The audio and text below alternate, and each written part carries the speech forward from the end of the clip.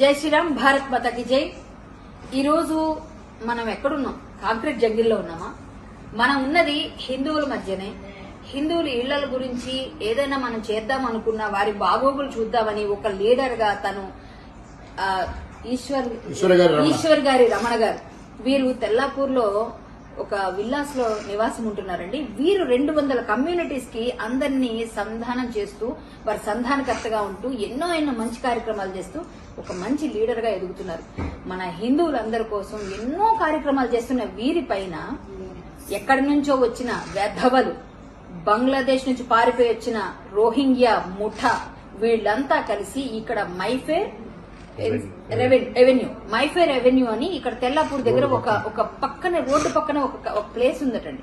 ఆ ప్లేస్ వైపు నుంచి ఆడవాళ్ళు వెళ్ళాలి అంటే భయపడతారట. ఎందుకంటే వాళ్ళు దాడి చేస్తారేమో, వాళ్ళు చూసే చూపులు తట్టుకోలేరేమో అని భయపడుతూ ఎవరు కూడా చీకటిగా ఉంటే ఎవరు వెళ్లలేని పరిస్థితిలో ఉన్న ప్రదేశంలో ఒక దర్గాని అక్రమంగా వెలవబోతుంటే ఆ దాన్ని ఇది ఇప్పటికిప్పుడు ఎట్లా కడతారయ్యా అని అడగడానికి వెళ్లినందుకు వారిపైకి సడన్ గా ప్లాన్డ్ గా, చూడండి ఇది ప్లాన్డ్ గా చేశారు.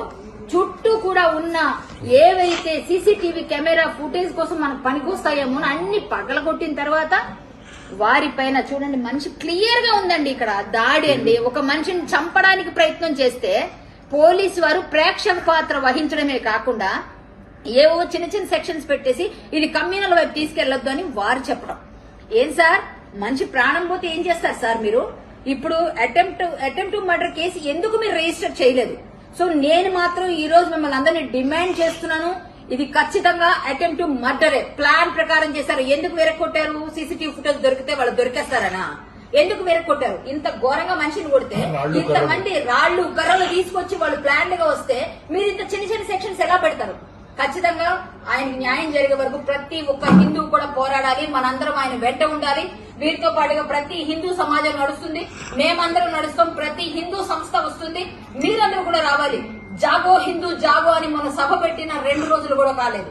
అప్పుడే మనల్ని వాళ్ళని భాగో అంటుంటే వాళ్ళు మనల్ని కొట్టడానికి రెడీగా మన దగ్గరికే వచ్చి మనల్ని మధ్యలో ఉంటే మనల్ని కొడుతుంటే మన కాలనీ వాసులు కూడా సపోర్ట్ వస్తారా అంటే వాళ్ళ మీదకి వస్తుందేమో అని భయపడుతున్నారు. అంటే ఆ భయభ్రాంతులు గురి చేయడం వాళ్ళ పని, వాళ్ళు చేసే ఫస్ట్ పని అది. దానికి మనం బెదరకూడదు, అదరకూడదు. ఖచ్చితంగా మనందరం ఇప్పుడే గట్టిగా ఉండాలి, సంఘటితంగా ఉండాలి, కలిసి పనిచేద్దాం, రమణ గారికి సపోర్ట్ గా నిలుద్దాం, ఆయన కోసం మనందరం పనిచేయాలి.